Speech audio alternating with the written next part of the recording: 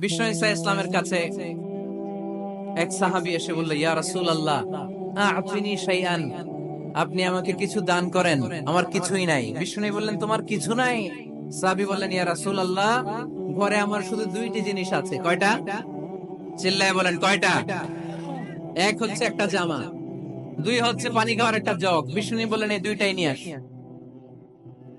বিশ্বনবীর কথা শুনে ওই সাহাবী ঘর থেকে জামা নিয়ে আসলেন, পানি খাওয়ার জগ নিয়ে আসলেন।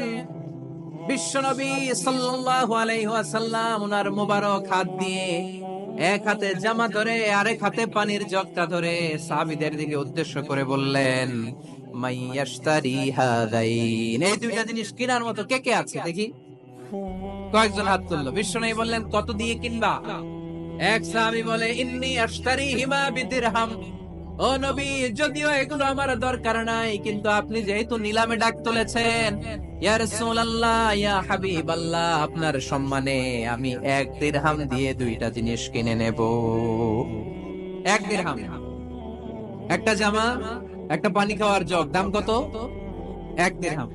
বিশ্বনবী বললেন, না না, 1 দিরহাম তো অনেক কম হয়ে যায়, মাইয়াজিদু আলা যালিক, এর চেয়ে বেশি দামে কে কিনবা? আরেক সাহাবী হাত তুলে বলতে লাগলি, ইয়া রাসূলুল্লাহ ইয়া হাবিবাল্লাহ ওয়া ইন্নী আশতারিহিমা বিদিরহামাইন, আমি এই জামাটার পানি খাওয়ার জগটা 1 দিরহাম নয় 2 দিরহামের বিনিময়ে কিনতে চাই। বিষ্ণু ইসা ইসলাম ওই সাহাবাকে দিয়ে দিলেন। দিয়ে 2 দিরহাম নিয়ে যে লোকটা ভিক্ষা করতে এসেছিল তার হাতে 2 দিরহাম দিয়ে বললেন, যাও 1 দিরহাম দিয়ে ঘরে খাবার কিনে দিয়ে আসো, আরেক দিরহাম দিয়ে একটা কুঠার কিনে নিয়ে আসো। শুনতেছেন? কি কিনে নিয়ে আসো? কুঠার দিয়ে কি করে? গাছ কাটে। ওই সাহাবী কুঠার কিনে নিয়ে আসার পরে বিশ্বনবী নিজ হাতে কুঠারের মধ্যে একটা কাঠের হাতল লাগাই দিলেন। আল্লাহু আকবার! হাতল ছাড়া কুঠার ইউজ করা যাবে?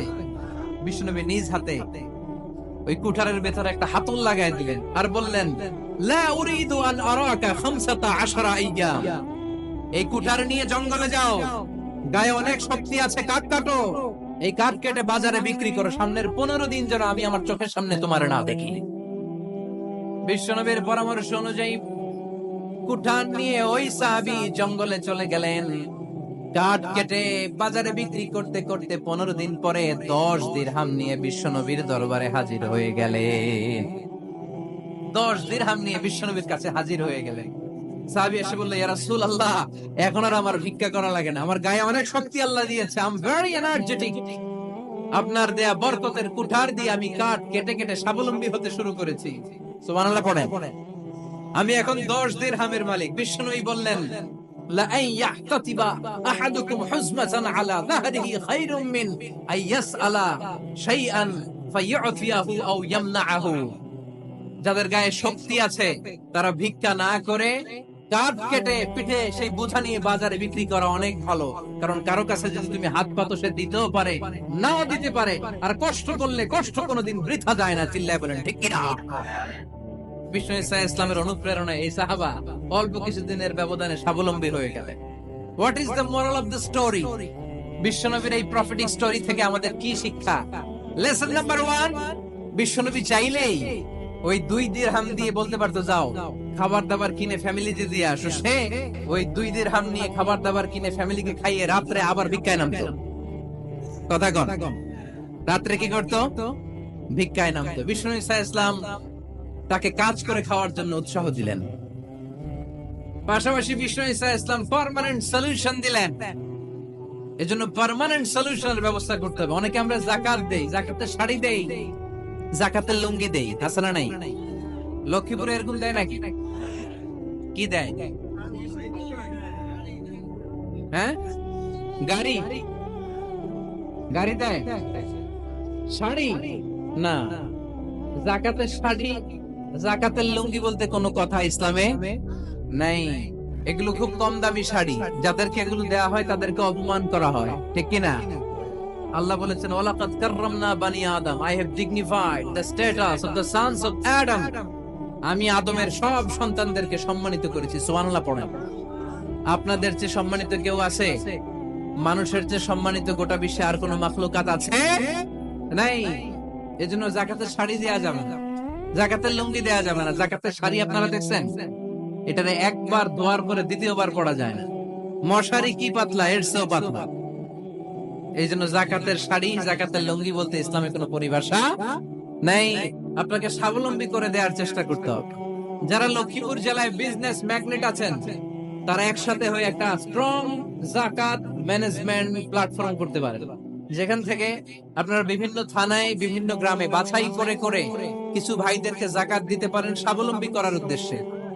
যেই ফ্যামিলিকে আছে, কি নাম এটার, পল্লী উন্নয়ন ক্লাব, মাশাআল্লাহ, জাকাত ফান্ড দিয়ে বিদেশে লোক পাঠায়। এর চেয়ে সুন্দর পদ্ধতিতে জাকাত বিতরণ আর হতে পারে? যেই লোকটাকে, যেই ছেলেটাকে বিদেশে পাঠানো হয়েছে, ওই ফ্যামিলিটা আর কোনদিন জাকাতের শাড়ি নেওয়ার জন্য লাইনে দাঁড়াবে? যেই ছেলেটাকে ওনারা অস্ট্রেলিয়ান গাভী কিনে দিছে, দুধ বিক্রি করে যেই ফ্যামিলিটা স্বাবলম্বী হতে শুরু করেছে, তারা আর কোনদিন জাকাতের লাইনে যেয়ে দাঁড়াবে না। এজন্য জাকাত দিতে হবে স্বাবলম্বী করার জন্য। ইসলাম আমাদেরকে এটাই শিখিয়েছে, কাজ করে খেতে হবে। কাজে লজ্জা নেই, লজ্জা হচ্ছে অলসতায়। লজ্জা কিসে? আজকের আলোচনা থেকে এটা মুখস্থ করে নিতে হবে, কাজে লজ্জা নেই। লক্ষ্মীপুরের ইয়াংস্টারেরা শ্রমে লজ্জা নেই, পরিশ্রমে লজ্জা নেই, লজ্জা অলসতায়। লজ্জা কিসে? আরো জোরে। নবীরা কি এমনি এমনি বসে বসে খাইছে? কঠিন পরিস্থিতিতেও নবীরা পরিশ্রম করে উপার্জন করা লেগেছে, ঠিক কিনা? সাইয়েদনা মারিয়াম আলাইহিস সালাম, যার নামে আল্লাহ তাআলা কোরআনে একটা সূরা দিলেন, উনি পৃথিবীতে এমন একজন মহিয়সী নারী, যেই নারীর গর্ভে, যেই নারীর পেটের ভেতরে স্বামীর স্পর্শ ছাড়া সন্তান দিয়েছে কে? সাইয়েদনা ঈসা আলাইহিস সালাম পেটে আসলেন।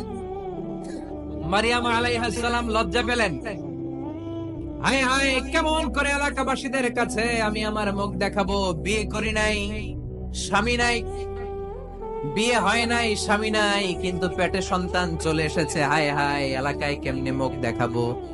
লজ্জায় পড়ে মারিয়াম আলাইহিস সালাম এলাকা থেকে চলে গেলেন। কি অবাক করা কাণ্ড! বাচ্চা ভূমিষ্ঠ হওয়ার জন্য, বড় হওয়ার জন্য 6 মাস 7 মাস লাগে নাই, পেটে বাচ্চা আসার সাথে সাথে বাচ্চাটারে বড় করে দিয়েছে কে? সাইয়েদাতুনা মারিয়াম আলাইহিস সালাম এবার বসে পড়লেন, বুঝতে আরম্ভ করলেন প্রেগন্যান্সির পেইন উঠেছে। হঠাৎ করে পেট থেকে বাচ্চা ভূমিষ্ঠ হয়ে যাওয়ার পরে উনি কাঁপতে আরম্ভ করলেন। ক্ষুধার চোটে খাবার কিছু নাই, সামনে ঝর্ণা, উপরে একটা খেজুর গাছ। সাইয়েদনা ঈসা আলাইহিস সালামকে কোলে নিয়ে মারিয়াম আলাইহিস সালাম মনে মনে ভাবে, হায় রে, কেউ যদি একটু খেজুর পেড়ে দিত, এই ক্ষুধার মুহূর্তে আমি খেজুর খেয়ে পেটের ক্ষুধা নিবারণ করতাম।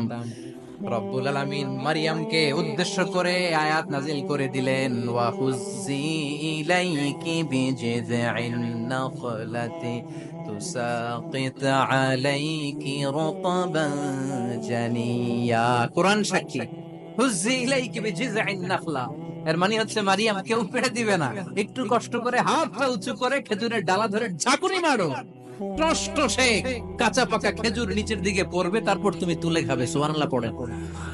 আল্লাহ চাইলে অটোমেটিক্যালি কারামাত হিসেবে খেজুরগুলো নিচে ফেলতে পারতেন না? কথা কন, খেজুরগুলো অটোমেটিক্যালি নিচের দিকে পড়ছে? পড়ে নাই। আল্লাহ শিক্ষা দিয়েছে, যেই পরিস্থিতিতে থাকো না কেন, তোমাকে শ্রম ব্যয় করে, কষ্ট করে তোমার উপার্জন করতে হবে, রিজিকের বন্দোবস্ত করতে হবে। চিল্লায় বলেন ঠিক কিনা?